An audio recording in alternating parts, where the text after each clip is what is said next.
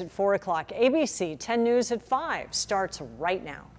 The San Diego Convention Center will soon be used to house unaccompanied minors seeking asylum, how long they'll be able to stay, and the services they'll be offered. Plus, in just a matter of weeks, thousands of students in the San Diego Unified School District will return to in-person learning, the challenges that lie ahead.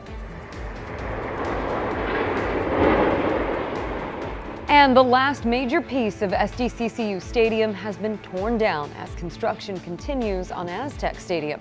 We take a look back at its unique legacy. ABC 10 News starts now with breaking news. I heard, one loud bang. Thought somebody just dropped something, an employee or something, and then another. And then by the third one, everybody was running. A man in handcuffs seen leaving a grocery store without a shirt and blood streaming down his legs as a massive police response continues to unfold in Colorado following reports of an active shooter. Good evening, I'm Lindsay Pena. And I'm Steve Atkinson. This is breaking news that we've been following for the last hour, and we have just learned there are multiple victims. Our ABC 10 News anchor Derek Stahl is in the live center with the very latest on the situation. Derek. Good evening. Our sister station KMGH is at the scene, and they're now reporting at least 6 people have been killed at the King Soopers in Boulder, Colorado. We're expecting an update from police any minute now. Now, 2 friends just told the Denver Post they saw a gunman walk into the store around 2:30 this afternoon and open fire without saying anything. They say he fired a few shots, paused, and then fired a few more. Several medical helicopters were sent to the scene, a local hospital confirming that they have treated at least 1 victim.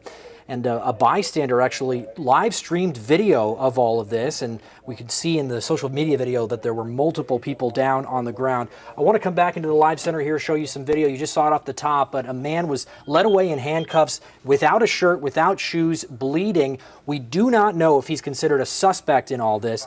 Just about 15 minutes or so ago, this has all been happening at the King Soopers grocery store, like I mentioned, but police sent out an alert talking about a situation about 3 miles away. They were urging people in this area just north of the University of Colorado Boulder to shelter in place because of a report of an armed and dangerous person. No word yet. They're still investigating if those 2 incidents are connected. Reporting live, I'm Derek Stahl, ABC 10 News. Clearly, this is not the time to come. Our borders are not open. The southern border is closed. That is the message coming directly from the White House to the flood of migrants trying to cross into the U.S. Now, San Diego is getting ready to help some of the unaccompanied children who are trying to seek asylum by providing them temporary shelter at the convention center. ABC 10 News reporter John Horn is joining us live from there. John, what do we know about the care these minors will receive once they arrive? Hi, Lindsay. Yes, they'll be getting food, medical treatment, a place to sleep, a place to shower. They'll be moving in as 550 homeless people are moved out to other places to live across our region.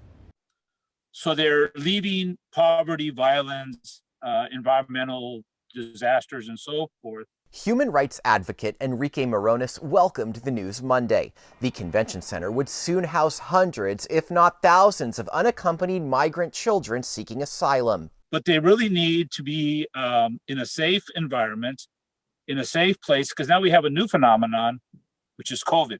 The convention center has no scheduled events until July, and after this week will no longer serve as a shelter for the homeless. Meanwhile, the Border Patrol is being overwhelmed with unaccompanied migrant children trying to seek asylum in the U.S. from Central America. ABC News reports upwards of 15,000 unaccompanied migrant children held in federal custody, many in crowded facilities. People are desperate because it's very difficult right now in those countries, as you know. So I think they're just taking a chance, thinking that the new Biden administration is more welcoming to immigrants, and that's why we have this crisis. Immigration attorney Jacob Sapochnik says minors are separating from their families because the families believe it will be easier for the children to get into the country on their own. The U.S. Department of Health and Human Services is now looking to the city and county to provide more space for the migrant children to live. In a news release, the city and county say the children will stay at the convention center for an average of 30 to 35 days before being reunited with family in the United States or placed with a sponsor.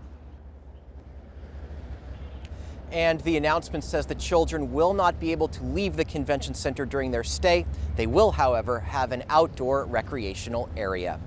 Live in downtown, John Horn, ABC 10 News. John, thank you. Now to the latest on the coronavirus in San Diego County. 189 new cases were reported today. That brings our total to just under 268,000. And there were no new deaths. That is typical for a Monday, so that number remains, or just under 3,500. The San Diego Unified School District is getting ready to welcome students back to campus in just a matter of weeks. Our ABC 10 News reporter Mimi Alcala caught up with the teachers union to hear about the changes and the challenges they face. The big day for thousands of teachers in the San Diego Unified School District is quickly approaching. I would say overall, the majority of educators are really excited to get back into the classroom with their students. The district schools expect to welcome some students back on campus for in-person learning the week of April 12th. Teachers will return a week before students. Our agreement provides for an elementary 5 hours of instruction for those students coming on site. For secondary, I believe it's 4 hours of instruction. Keisha Borden is the president of the San Diego Education Association. The union represents more than 6,000 educators in the district. Borden says the agreement reached with the district addresses strict COVID-19 safety requirements and focuses on balancing the needs of students remaining fully online with those returning in person. She says all teachers will be back in the classroom. Unless they receive an ADA accommodation from the district, all teachers will be on site. That means most teachers will be pulling double duty, teaching students in person and online at the same time. But that should change by the fall. Borden says by then, the union is hoping to avoid hybrid learning, so educators can focus on teaching in person or online, not both. Part of our recent agreement was that the district will provide online-only educators. On Monday, a district spokesperson said the district is still going through surveys sent to families to find out how many students will return in person or remain online. Each school's learning model could be different depending on the results. Amy Alcala, ABC 10 News. Parents should be hearing directly from their child's reopening update. For in-person learning, masks will be required. COVID-19 testing will be mandatory for staff, and desks, they will be spaced at least 5 feet apart. Ventilation systems in the classroom, they have also been upgraded as well. And more youth recreational activities are returning to the state. Today, the California Department of Health updated its list of approved activities for children and teens. It includes band, drumline, choir, and drama clubs. These are all considered low contact and must adhere to all COVID-19 safety protocols. Veterans Village of San Diego is trying to do its part to help stop the spread of COVID-19. The organization teamed up with the VA of San Diego to provide COVID-19 vaccines to its residents. Those who were eligible were able to visit the pop-up clinic today and receive a Johnson & Johnson vaccine. The president of VVSD said the one-dose shot was appealing to many of their veterans. She added the mobile clinic was a great option for those who don't have access to transportation. We just thought that it would really benefit the folks here at VVSD if we could actually have the VA come to them. The organization says it would consider hosting another clinic if there is a need. San Diegans who are behind on their rent and utilities because of the pandemic can apply for help with the bills. The city is encouraging people to sign up for rent relief. There's more than $80 million available for City of San Diego residents. The money is coming from federal funding. Mayor Todd Gloria says rent relief is an important part of rebounding from the pandemic. This is key to getting our economy back up and running and back on track, because we know that after vaccines, safe and stable housing is critical to our economic recovery. To be eligible, you must make less than $64,700 a year. You must also prove someone in your household lost income or had major health expenses because of the pandemic. Most relief money would get paid to the landlords. You can apply at sdhc.org.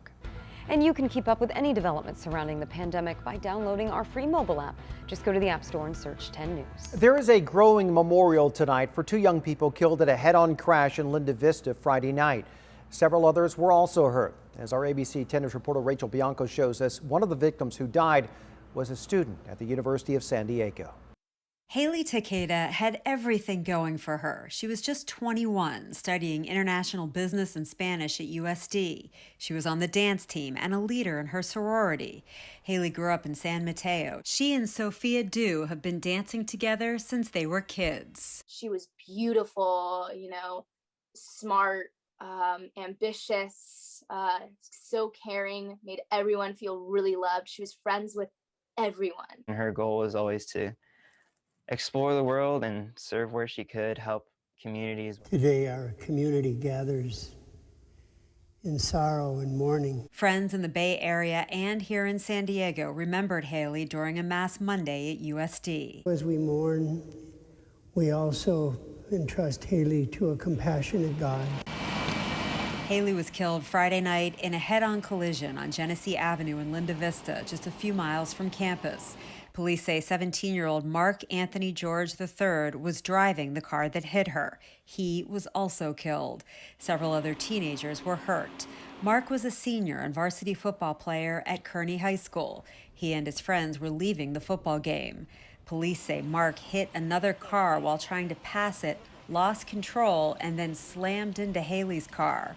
They're still investigating the exact cause of the crash, but what is certain, 2 families are devastated. Both Haley and Mark were only children. Rachel Bianco, ABC 10 News. Haley's 2 roommates also suffered serious injuries. 2 passengers in the other car also went to the hospital. Police say that speed may have played a factor. The San Diego Zoo is now launching an investigation into last week's scary incident when this man was caught on camera taking his 2-year-old daughter into the elephant habitat.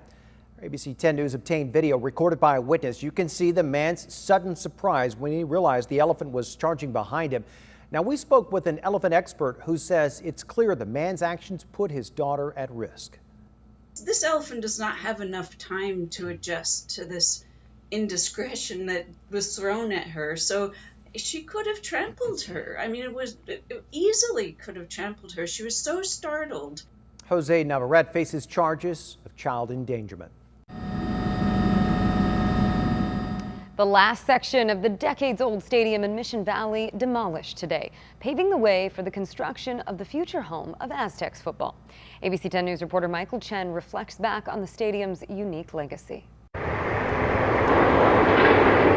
With a crash, SDCCU Stadium's lone light tower came down on the day of the last major demolition, marking the end of an era. Longtime San Diego Union Tribune sports writer Kurt Kenny. It wasn't like this key moment that there's like this sadness. Maybe there'll be more reflection on it later. After first opening as San Diego Stadium, it was later renamed Jack Murphy Stadium and then Qualcomm Stadium. The stadium was home to the Chargers and countless memorable moments. From the infamous fumble play known as the Holy Roller that led to a loss in 1978, Tomlinson sidesteps. Hello, history book. to LaDainian Tomlinson's celebration after setting a touchdown record. He will give it to the back. The stadium was also home to Aztec football, including a game where a little-known running back named Marshall Falk had a game for the ages. Rushes for 386 yards and 7 touchdowns. People are kind of rubbing their eyes. What did we just see here? For more than 3 decades, the Padres also called the stadium their home. In 1984, Steve Garvey's walk-off homer versus the Cubs kept the Padres' World Series run alive.